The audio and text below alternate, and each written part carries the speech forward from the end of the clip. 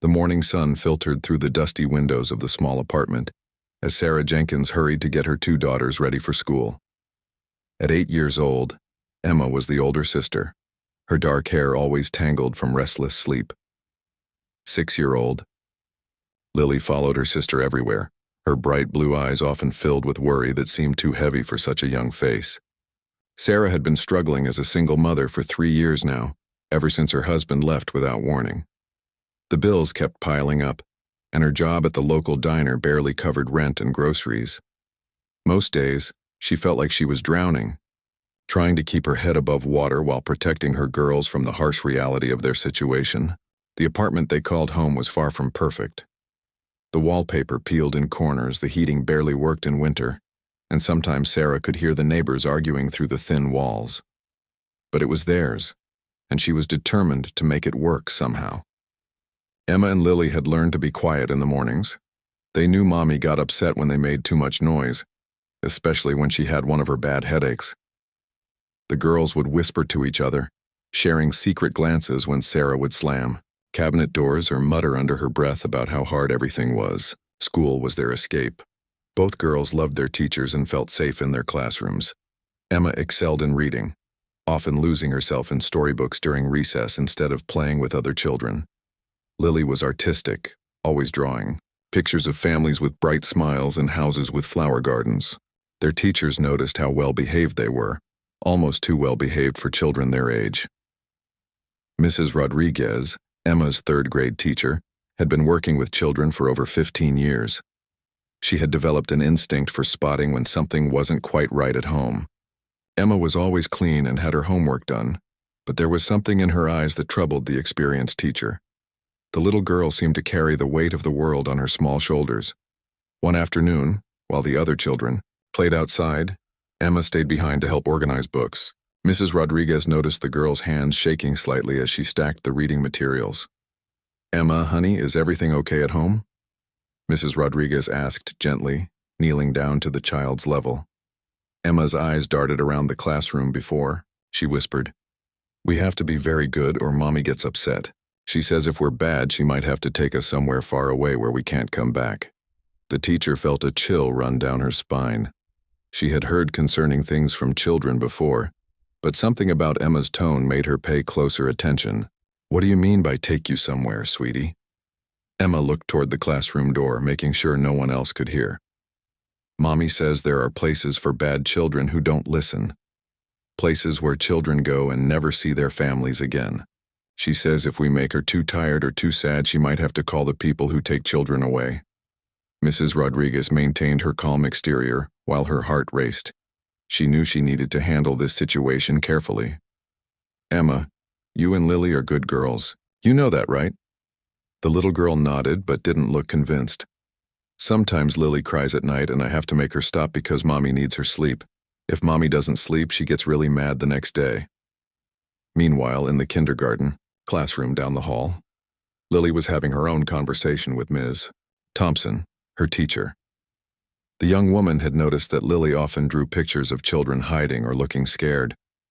When asked about her drawings, Lily would simply say they were playing hide and seek. But today was different. During art time, Lily drew a picture of two small figures behind what looked like a door. Above them, she drew a larger figure with an angry face and arms raised up high. "Can you tell me about your picture, Lily?"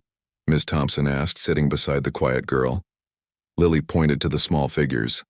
"That's me and Emma. We hide when Mommy talks about the bad place." "What bad place, honey?" Lily's voice became even smaller.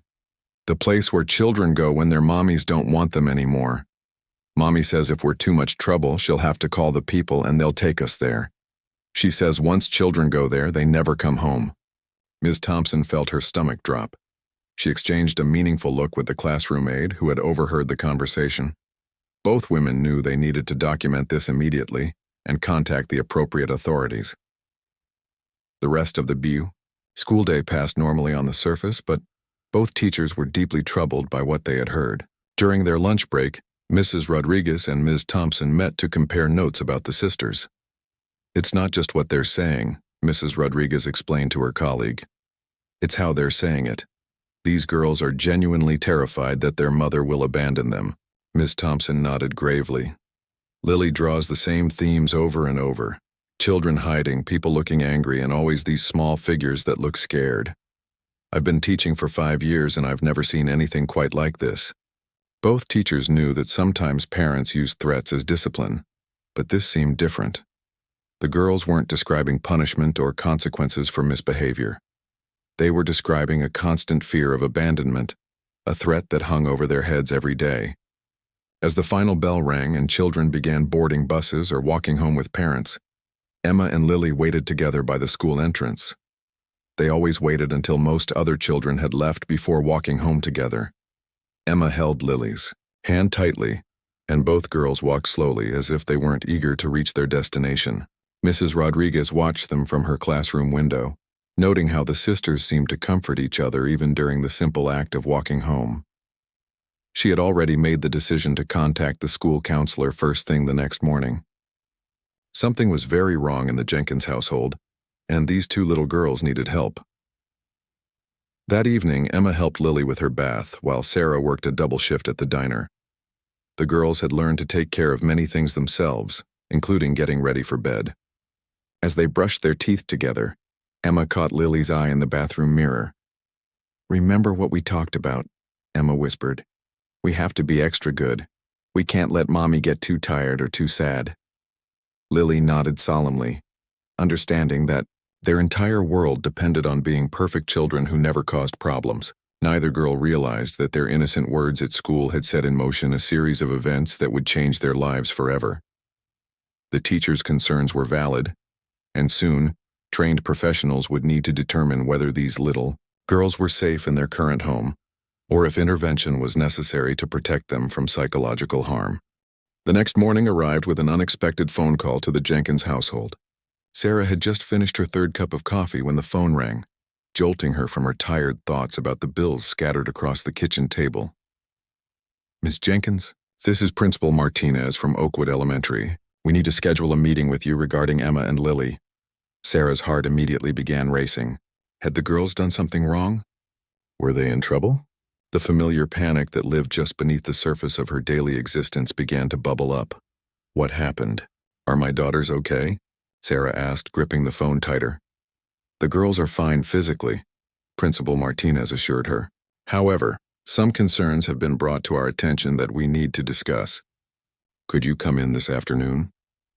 Sarah agreed to the meeting, but as soon as she hung up the phone, her mind began spinning with worry.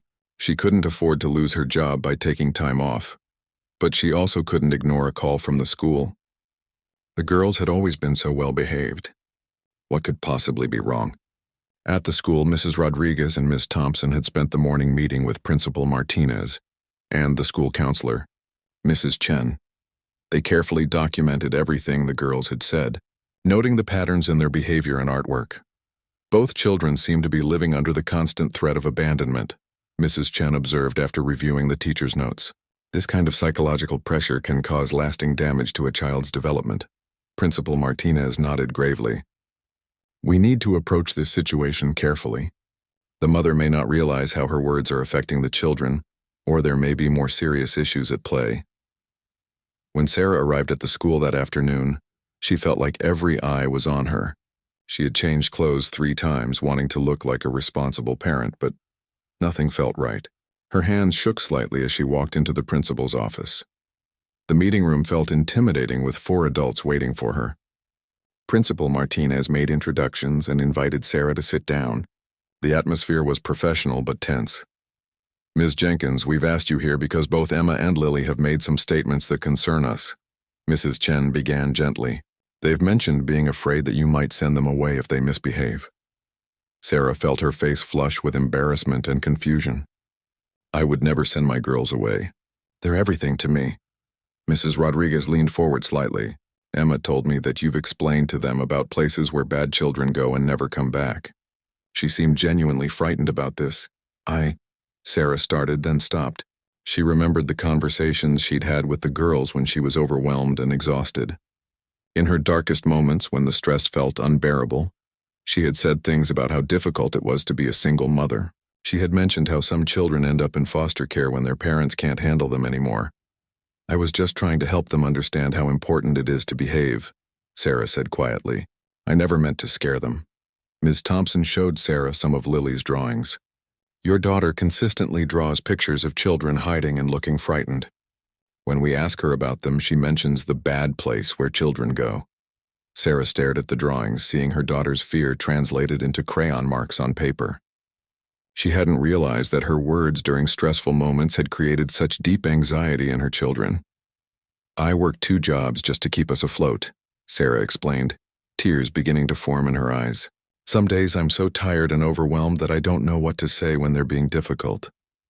I thought if they understood how hard things are, they would try harder to be good. Mrs. Chen recognized the signs of a struggling parent who wasn't necessarily abusive, but was using harmful coping mechanisms.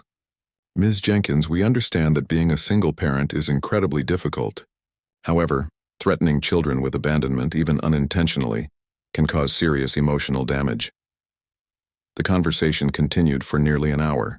The school officials explained how the girls' constant fear was affecting their ability to simply be children. They described how Emma felt responsible for protecting her younger sister, and how Lily was drawing pictures that reflected deep anxiety. What happens now? Sarah asked, dreading the answer. Principal Martinez explained that they were required to document their concerns, but that no formal reports would be filed immediately.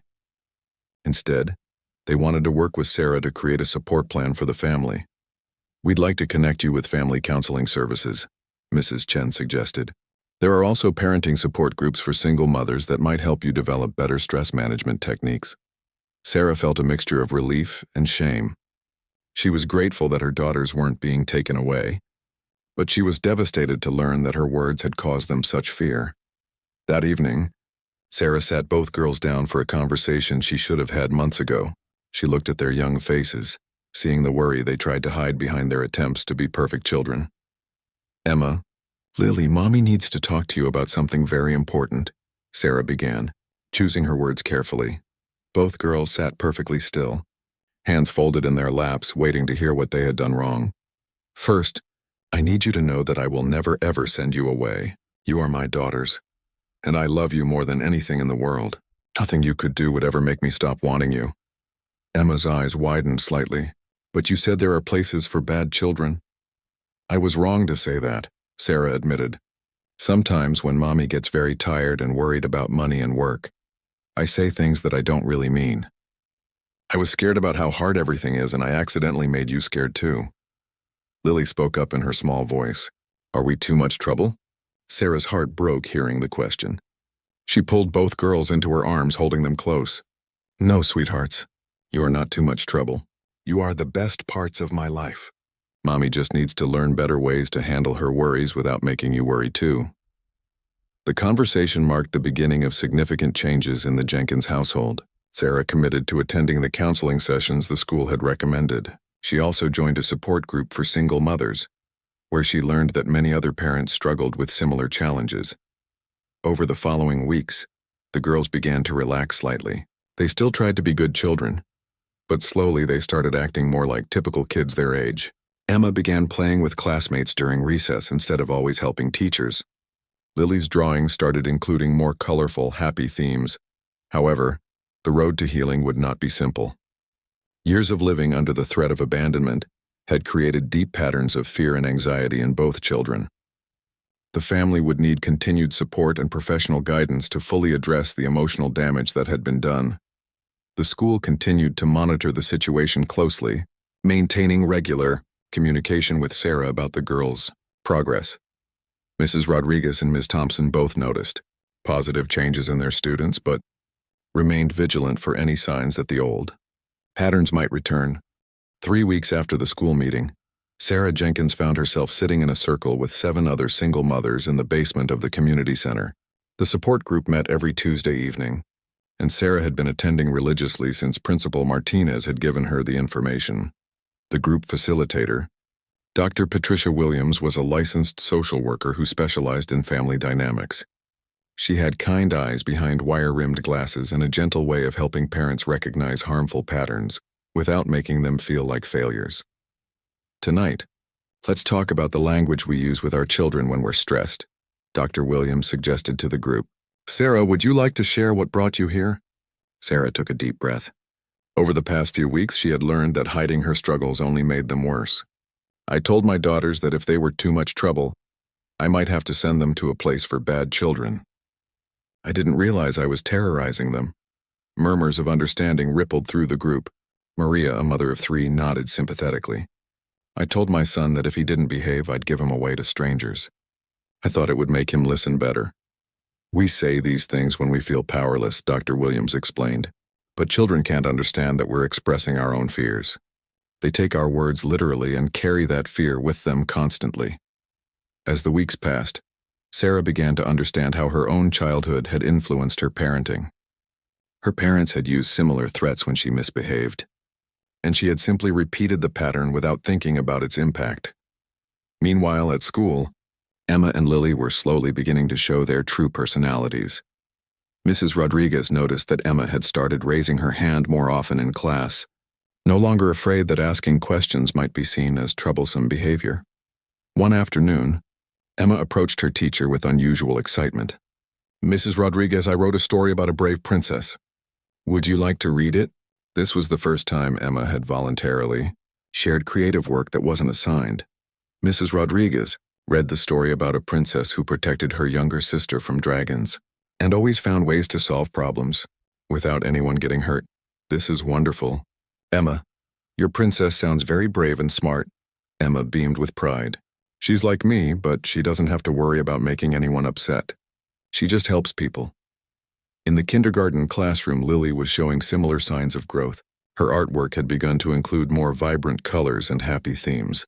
She drew pictures of families playing together and children laughing instead of hiding. However, the healing process wasn't always smooth.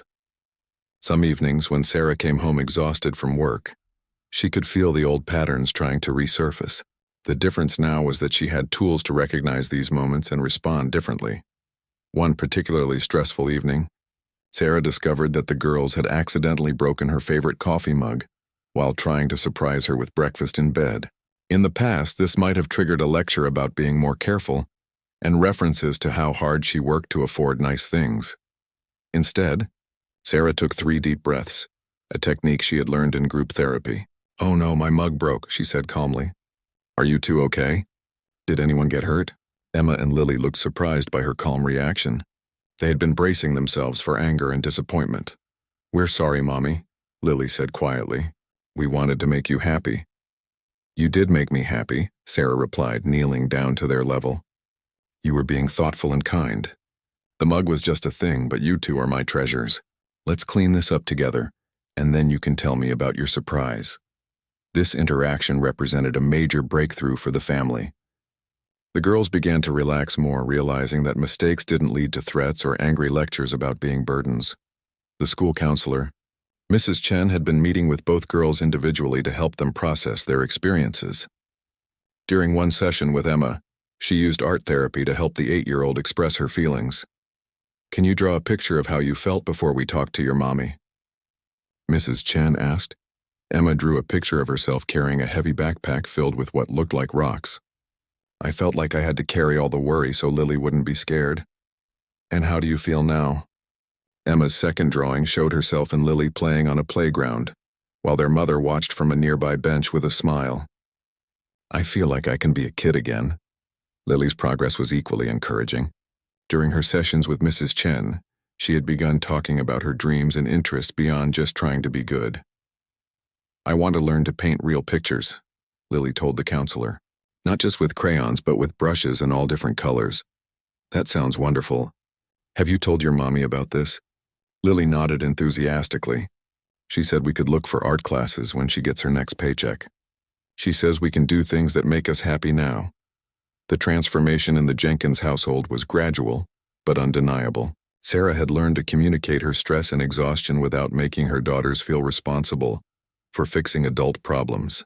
She explained that sometimes adults have worries about money and work, but that these worries weren't the children's fault or responsibility. When mommy seems worried, it's not because of anything you did, Sarah explained during one of their new nightly conversations. Adults have grown-up problems and children have kid problems. Your job is to learn and grow and have fun. The support group had become a lifeline for Sarah. She learned that many single parents struggled with similar issues and that asking for help wasn't a sign of failure. Other group members shared practical strategies for managing stress and communicating with children during difficult times. Dr. Williams had introduced the concept of emotional safety to the group. Children need to know that their place in the family is secure, she explained. When we threaten that security, even unintentionally, we damage their ability to trust and feel safe in the world. Sarah began to understand that her daughter's previous behavior hadn't been a sign of exceptionally good children, but rather a sign of children living in fear. As they began to feel more secure, they also began to show normal childhood behaviors like occasional arguments, messy rooms, and age-appropriate testing of boundaries. The fact that they're starting to act more like typical kids is actually a good sign, Dr. Williams assured Sarah during a private consultation. It means they're beginning to trust that you won't abandon them for normal childhood behavior. This new phase of their relationship required Sarah to learn different parenting skills. Instead of relying on fear-based discipline, she needed to establish clear expectations and consequences that didn't threaten the girl's sense of security. The journey was challenging, but for the first time in years, Sarah felt hopeful about their future as a family. 6 months had passed since the school intervention, and the Jenkins family was preparing for their first real vacation in years. Sarah had saved enough money from her 2 jobs to take the girls camping at a nearby state park for 3 days. This trip represented more than just a getaway. It was proof that their family was healing and growing stronger. Emma and Lily packed their small backpacks with excitement, arguing playfully about who got to carry the flashlight and which stuffed animals would make the journey. This kind of normal sibling banter would have once sent Sarah into a panic about maintaining peace, but now she smiled as she listened to their cheerful debate. "Girls, you can both bring flashlights," Sarah called from the kitchen as she packed snacks. "And there's room for all the stuffed animals you want." This simple response showed how much had changed. Instead of worrying about extra expenses or complications, Sarah was learning to say yes to small joys that made her daughters happy. The camping trip proved to be a turning point for the family. As they sat around their campfire on the first evening, roasting marshmallows and telling stories, Lily looked up at her mother with curiosity. "Mommy, are you happy now?" she asked innocently. The question caught Sarah off guard. She realized that for months her daughters had been watching her carefully, trying to gauge her emotional state to determine their own safety. "Yes, sweetheart. I am happy," Sarah answered honestly. "I'm happy because I get to be here with my 2 favorite people in the whole world." Emma, who had been quietly observing this exchange, spoke up. "You seem different now, Mommy. You smile more." Sarah wrapped both girls in her arms as they sat on the log bench they shared. "I learned that being a good mommy doesn't mean being perfect or never having problems. It means making sure you 2 always know how much I love you, no matter what." The conversation continued as the fire crackled and stars appeared overhead. For the first time, Sarah shared age-appropriate information about the challenges of being a single parent without making the girls feel responsible for those challenges. "Sometimes, I worry about having enough money for things we need," Sarah explained. "But that's my job to figure out, not yours. Your job is to be kids and learn and have fun." Back at school, the positive changes in Emma and Lily hadn't gone unnoticed by their teachers. Mrs. Rodriguez had observed Emma becoming more social with her classmates, joining group activities during recess instead of isolating herself with books. During one parent-teacher conference, Mrs. Rodriguez shared her observations with Sarah. "Emma has become much more confident in class. She's participating in group discussions and even started a friendship with another girl who loves reading as much as she does." Ms. Thompson reported similar progress with Lily. Her artwork has completely transformed. She's drawing pictures of adventures and explorations now instead of children hiding. Yesterday, she drew a picture of herself as an astronaut exploring Mars. The school counselor, Mrs. Chen, had continued meeting with both girls monthly to monitor their emotional development. During one session, she decided to revisit the topic that had originally brought the family to everyone's attention. "Emma, do you remember when you used to worry about your mommy sending you away?" Mrs. Chen asked gently. Emma nodded but looked puzzled. "That seems silly now. Mommy would never do that. She tells us every day that we're her treasures. How does it feel to know that your place in your family is safe? It feels like, Emma paused, searching for the right words. It feels like I don't have to hold my breath all the time anymore. This simple statement captured the essence of what trauma does to children and how healing allows them to breathe freely again. Meanwhile, Sarah continued attending her support group religiously. The group had become like a second family to her, providing encouragement and practical advice for navigating single parenthood without resorting to harmful threats or manipulation. During one session, Dr. Williams introduced a new topic. Let's talk about helping our children develop resilience and problem-solving skills without using fear as motivation. Sarah shared a recent example from their household. Last week, Lily accidentally spilled juice on her homework. In the past, I might have panicked about her getting in trouble at school and made a big deal about being more careful. Instead, we talked about what to do when mistakes happen. What did you decide? Asked Maria, another group member. We called her teacher to explain what happened, and Lily redid the assignment. She learned that mistakes can be fixed without anyone getting angry or upset. It was actually a good lesson for both of us. Dr. Williams nodded approvingly. You're teaching her that problems have solutions, and that she can trust you to help her navigate difficulties, instead of fearing punishment. The group discussed how fear-based parenting often prevents children from developing crucial life skills like critical thinking, problem-solving, and emotional regulation. When children are focused on avoiding punishment or abandonment, they can't learn how to handle challenges confidently. At home, Sarah began implementing new strategies for handling discipline and guidance. Instead of threatening consequences that involved separation or rejection, she focused on natural consequences and collaborative problem-solving. When Emma forgot to do her chores one week, instead of lecturing about responsibility and making threats, Sarah sat down with her to talk through the situation. Emma, I noticed the trash didn't get taken out this week. Can you help me understand what happened? Emma explained that she had been distracted by a new book and simply forgot. Instead of punishment, they worked together to create a reminder system that would help Emma remember her responsibilities. What do you think would help you remember next time? Sarah asked. Emma suggested making a chart for the refrigerator with all her weekly tasks. They created the chart together, with colorful markers and stickers for completed tasks. This approach taught Emma to take responsibility for her actions while maintaining her sense of security within the family. She learned that forgetting chores was a problem to solve, not a character flaw that threatened her place in her mother's heart. Lily, too, benefited from this new approach to guidance and discipline. When she had difficulty sharing toys during a playdate, Sarah helped her practice sharing skills rather than threatening to take the toys away or cancel future playdates. Sharing can be hard sometimes, Sarah acknowledged. Let's think of some ways to make it easier. Together, they came up with ideas like setting a timer for taking turns and asking friends what they'd like to play before deciding on activities. These small changes in daily interactions were building the girls' confidence and trust.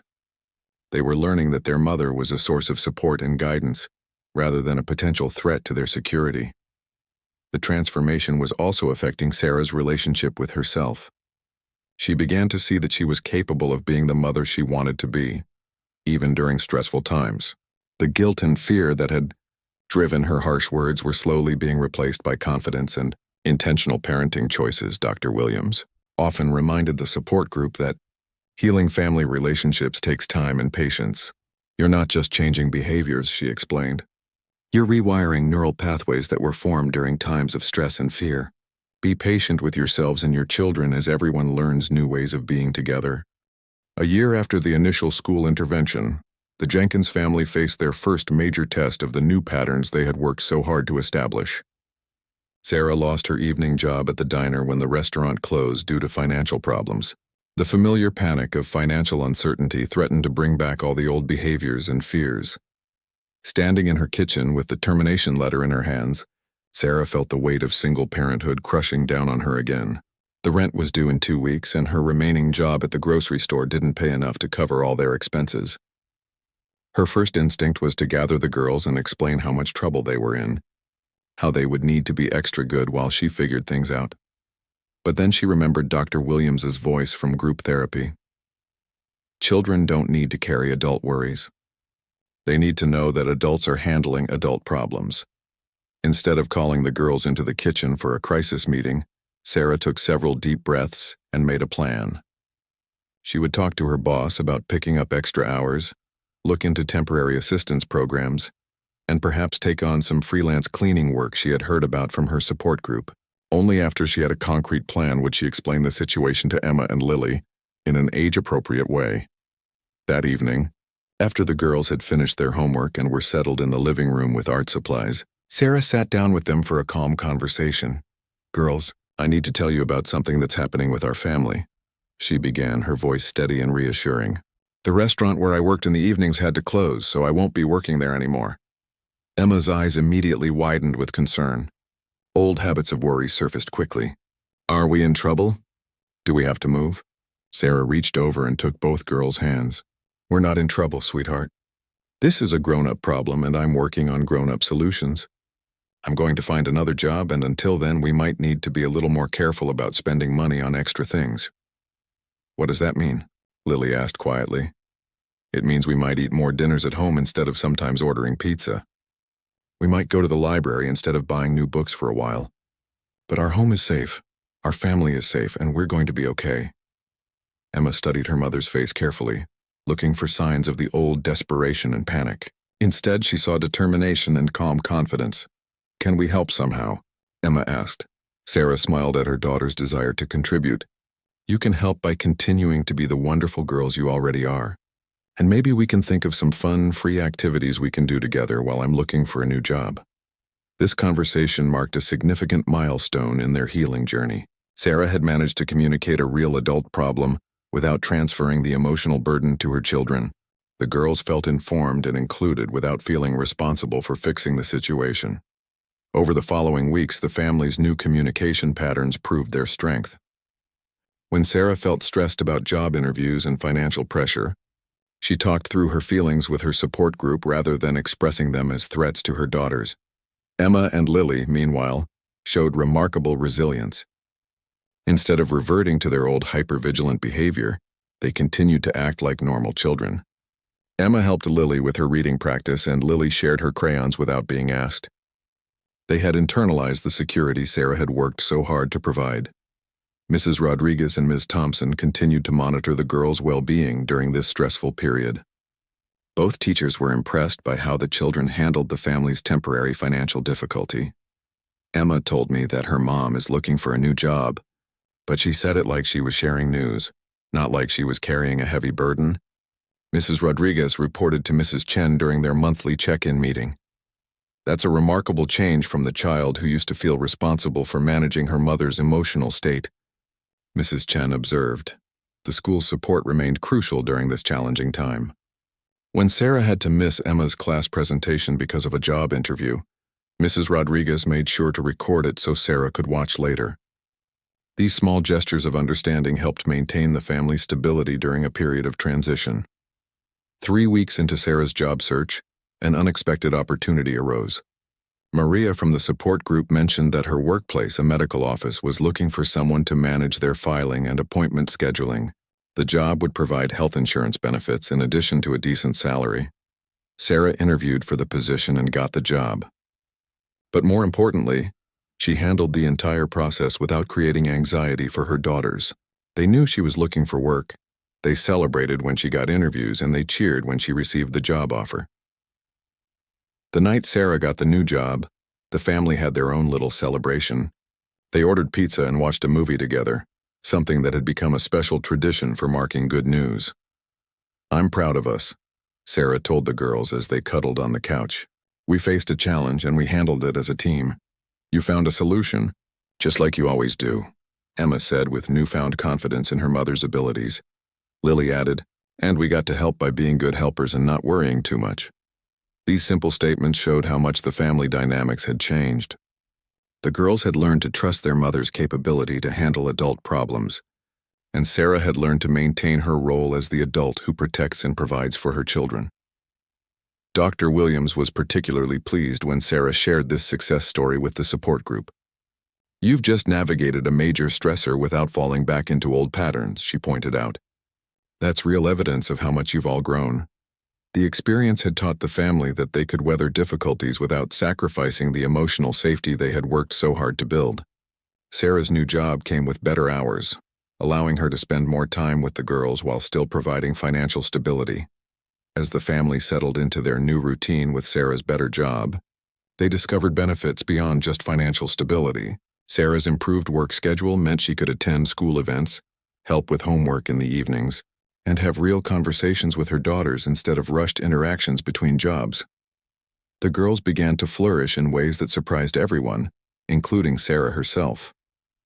Emma joined the school's reading club and discovered she had a talent for creative writing. Her stories, which once focused on children in danger, now featured brave characters who solved problems and helped others. Lily's artistic abilities continued to develop, and she asked Sarah about taking real art classes. Instead of worrying about the cost, Sarah researched community programs and found an affordable weekend art program at the local community center. 6 months ago, I would have immediately said we couldn't afford it, Sarah reflected during a support group meeting. Now I think about creative ways to make things work for my girls. This shift from scarcity thinking to possibility thinking represented a fundamental change in how Sarah approached parenting. She had learned that saying yes to her children's interests and dreams, even in small ways, was an investment in their sense of security and self-worth. The medical office where Sarah worked became like an extended family. Her colleagues appreciated her reliability and attention to detail, qualities that had been strengthened through her journey of personal growth. Dr. Martinez, the office manager, became a mentor figure who supported Sarah's continued education goals. "You have excellent organizational skills," Dr. Martinez told Sarah during her 3-month review.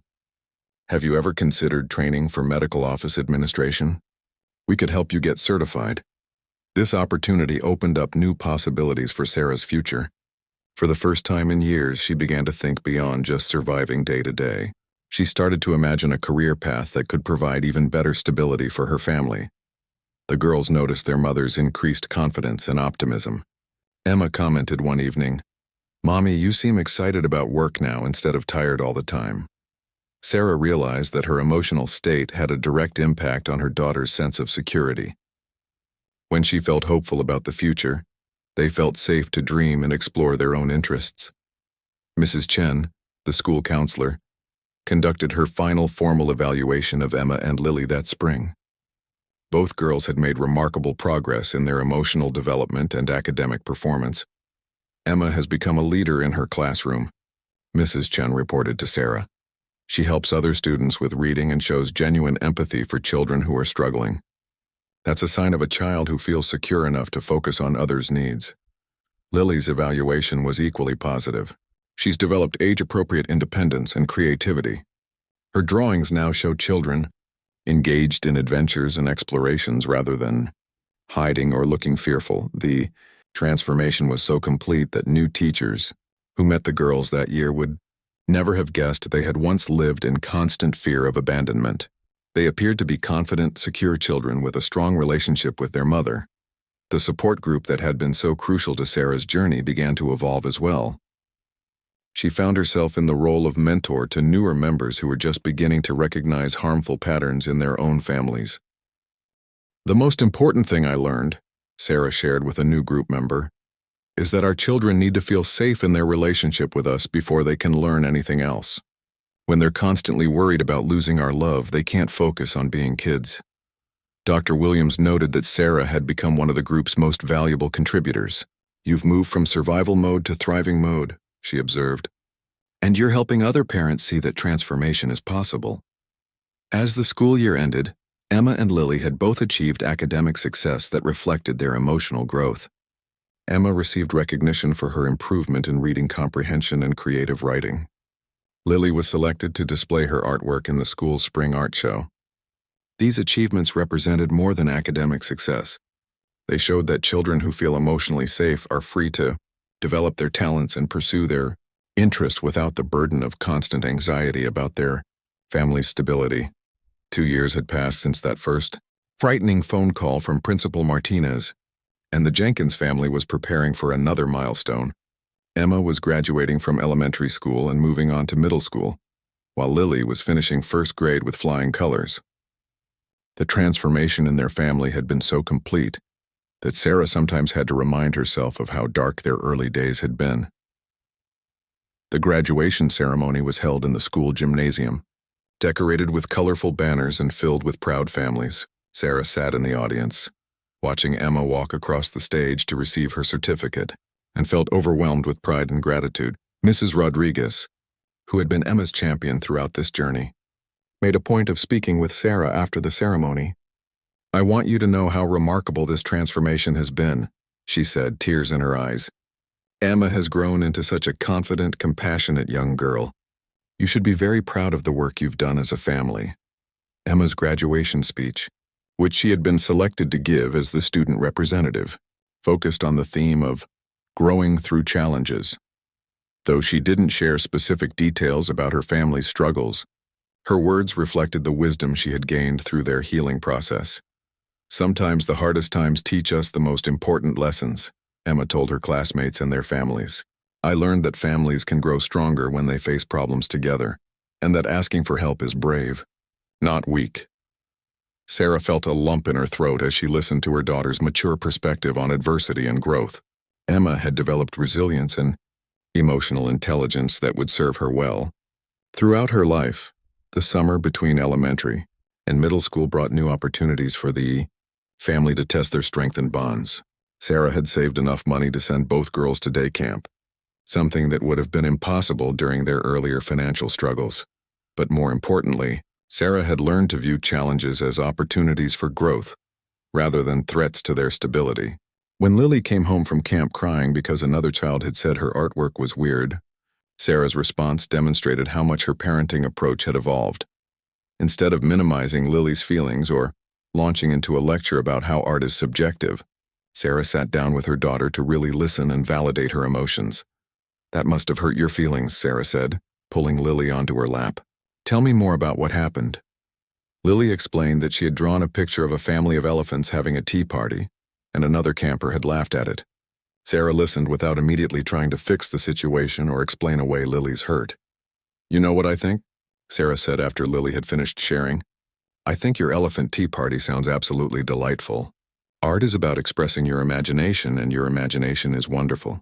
Together, they talked about how different people like different kinds of art, and how that doesn't make any kind of art right or wrong. Sarah helped Lily develop strategies for responding to criticism while maintaining confidence in her own creative vision.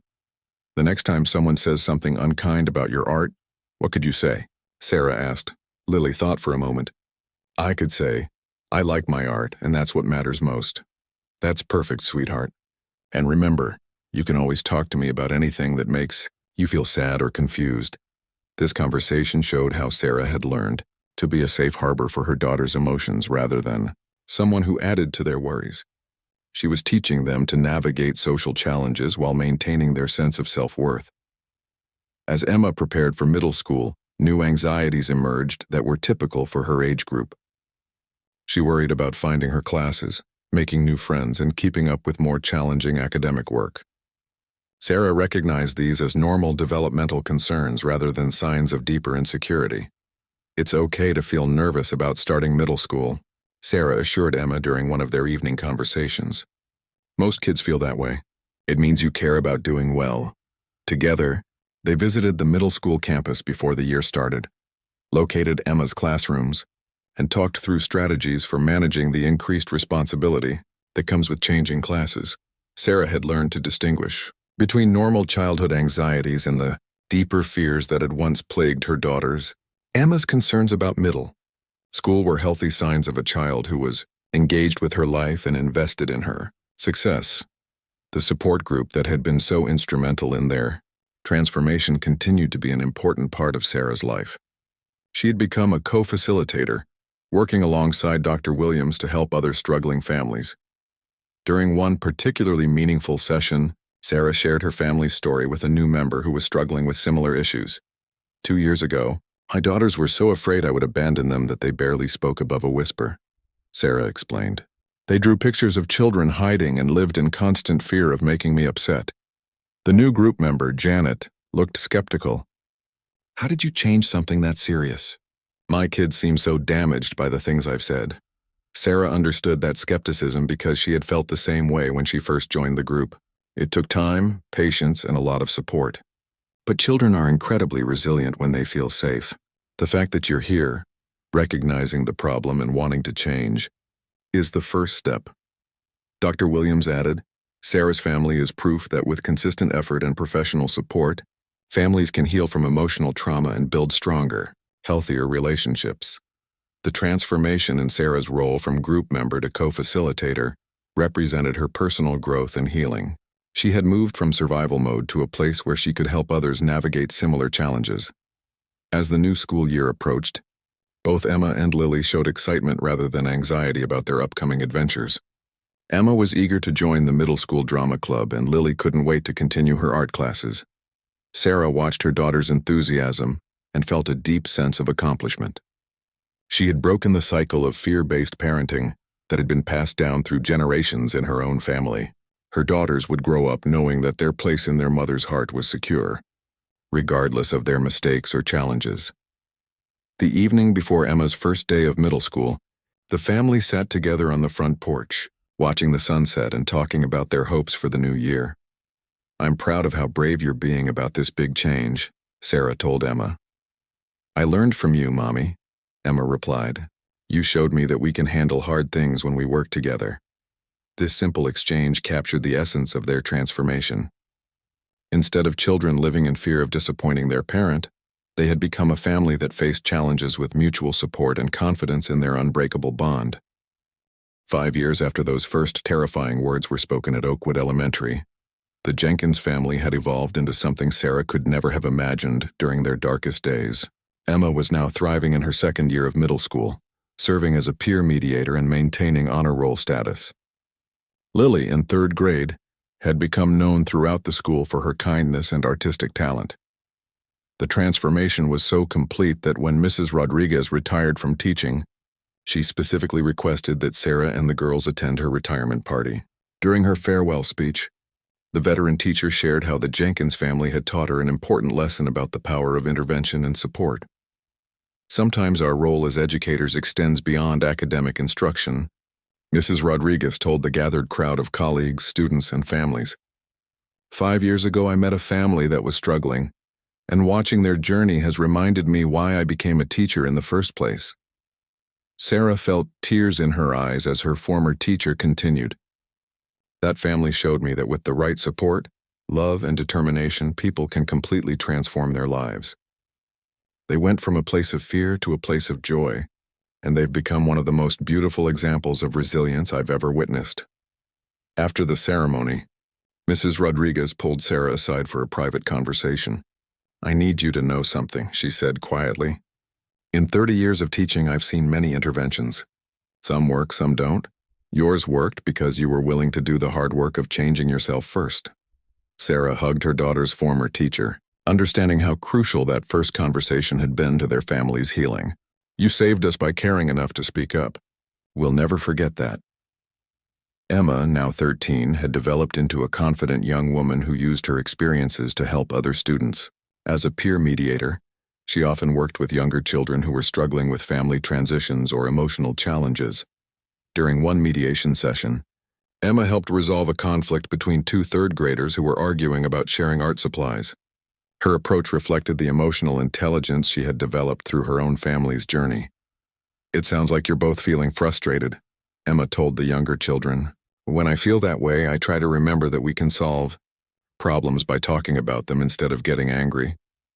The school counselor who supervised the peer mediation program was consistently impressed by Emma's natural ability to help other children feel heard and understood. Emma has an unusual level of empathy for someone her age, the counselor told Sarah. During a parent conference, she seems to understand that beneath most conflicts are feelings that need to be acknowledged.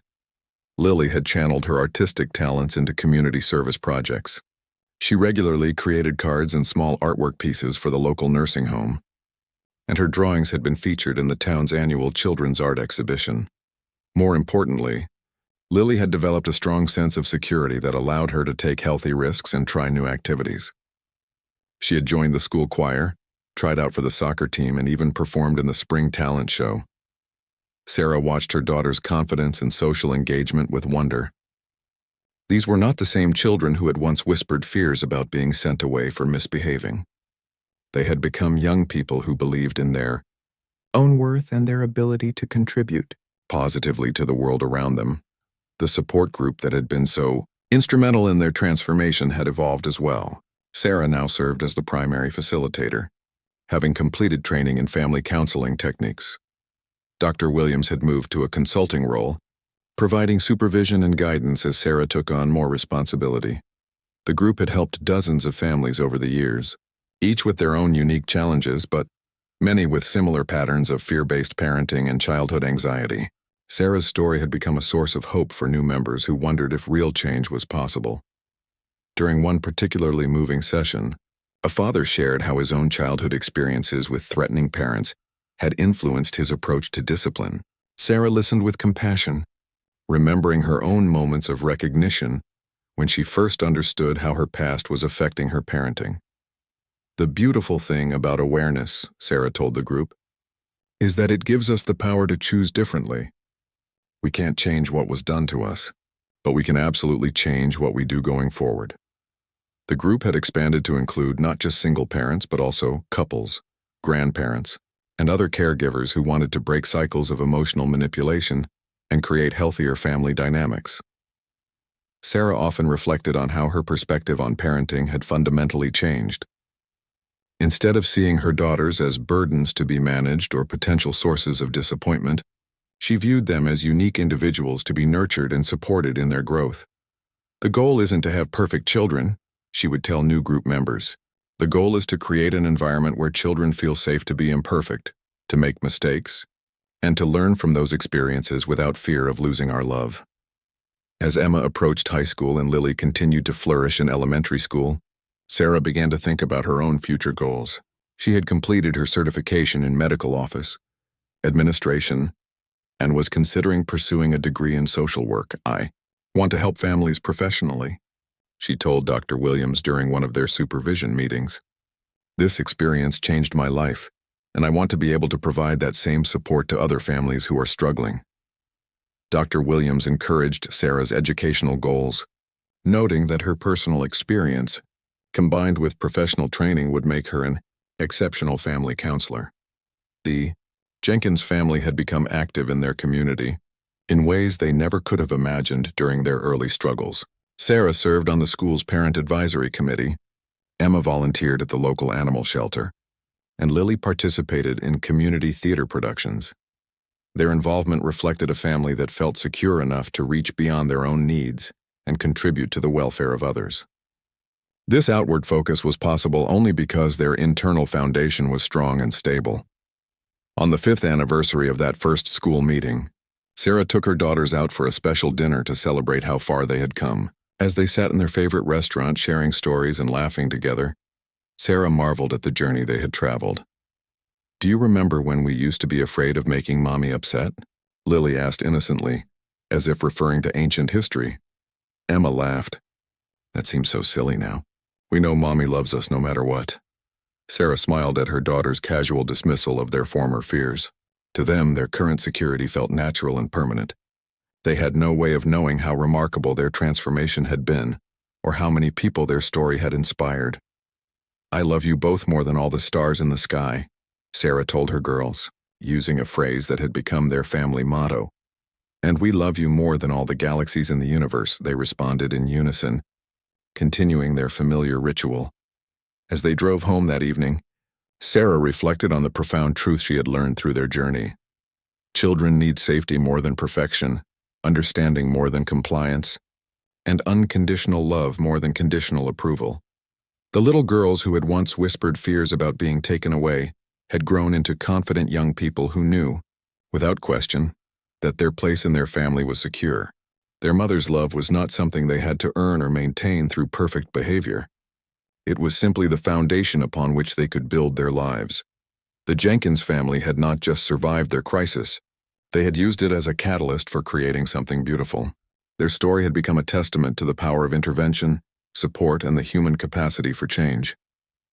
Most importantly, they had broken a generational cycle, ensuring that Emma and Lily would grow up to be parents who understood the difference between discipline and emotional manipulation.